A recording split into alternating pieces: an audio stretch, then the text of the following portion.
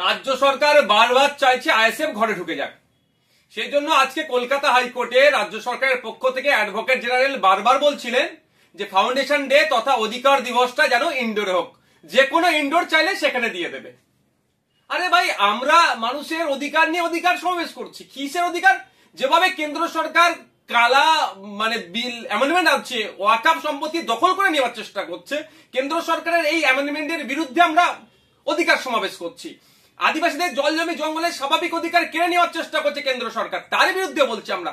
নিত্য প্রয়োজনীয় জিনিসের দাম বেড়ে যাচ্ছে, সেইগুলোকে কমানোর কথার জন্য অধিকার সমাবেশ ছিল। জাতভিত্তিক জনগণনার জন্য অধিকার সমাবেশ ছিল।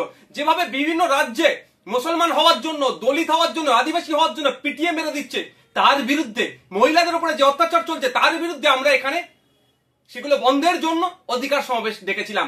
আমাদের বাড়ির মেয়ে তিলোত্তমার সাথে যেভাবে অন্যায় হলো, তার প্রকৃত যারা এর সাথে যুক্ত প্রত্যেকের সর্বোচ্চ শাস্তির জন্য আমরা অধিকার সমাবেশ ডেকেছি।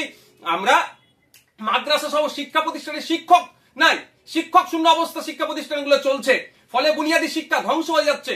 শিক্ষক নিয়োগের জন্য অধিকার সমাবেশ ডেকেছি। এতে রাজ্য সরকারের কষ্ট হচ্ছে, ব্যথা উঠছে, সেই জন্য বারবার চেষ্টা করছে আমাদেরকে ঘরের মধ্যে ঢুকিয়ে দেওয়ার জন্য।